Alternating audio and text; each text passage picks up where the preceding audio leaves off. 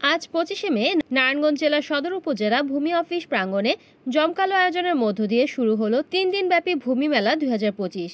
এই অনুষ্ঠানে শুভ উদ্বোধন করেন নারায়ণগঞ্জ জেলার সম্মানিত জেলা প্রশাসক ও অনুষ্ঠানের প্রধান অতিথি জনাব মোহাম্মদ জাহিদুল ইসলাম মিয়া।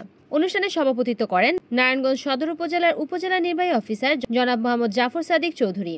বিশেষ অতিথি হিসেবে উপস্থিত ছিলেন নারায়ণগঞ্জ অতিরিক্ত জেলা প্রশাসক জনাব মোহাম্মদ জাহিদ হাসান সিদ্দিকী।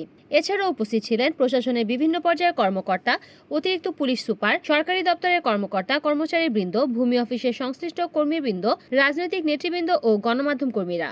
অনুষ্ঠানের শুরুতে বর্ণাঢ্য র্যালির আয়োজন করা হয়। এরপর বেলুন ও কবুতর উড়িয়ে জেলা প্রশাসক আনুষ্ঠানিকভাবে মেলার উদ্বোধনের ঘোষণা করেন। মেলায় বিভিন্ন স্টল পরিদর্শনের মাধ্যমে সেবাসমূহ ঘনিষ্ঠভাবে পর্যবেক্ষণ করেন তিনি। গ্রিন অ্যান্ড ক্লিন নারায়ণগঞ্জ কর্মসূচির আওতায় অনুষ্ঠানে বৃক্ষরোপণ করা হয়। পরবর্তীতে একটি গণশুনানির আয়োজন করা হয়, যেখানে সেবা প্রার্থীদের অভিযোগ সরাসরি শোনা হয় এবং তাৎক্ষণিকভাবে প্রয়োজনীয় সেবা প্রদান করা হয়। সেবা প্রার্থীদের হাতে একটি করে গাছের চারা উপহার দেওয়া হয়। এছাড়াও স্কুল শিক্ষার্থীদের মাঝেও গাছের চারা বিতরণ করা হয় পরিবেশ সচেতনতা বৃদ্ধির লক্ষ্যে।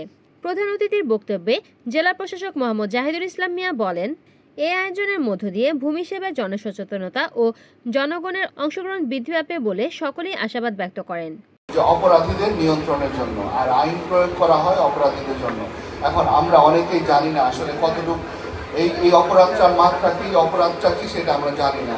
সেটা আমরা অনেক ক্ষেত্রে জানার চেষ্টা করি না, আমরা অজ্ঞ থাকি। আমরা যখন স্বার্থের প্রয়োজন হয় তখন আমরা কাজ করি, কিন্তু সেটা যে আইন ভঙ্গ হলো সেটি আমরা খেয়াল করি না। নাগরিক হিসাবে প্রত্যেকটি নাগরিকের আইনটা জানতে হবে যে এটি আমার অপরাধ কিনা। এই দায়িত্ববোধটুকু আমাদের এই জাগ্রত হতে হবে, এই পরিবর্তন নাগরিকদের মধ্যে হতে হবে।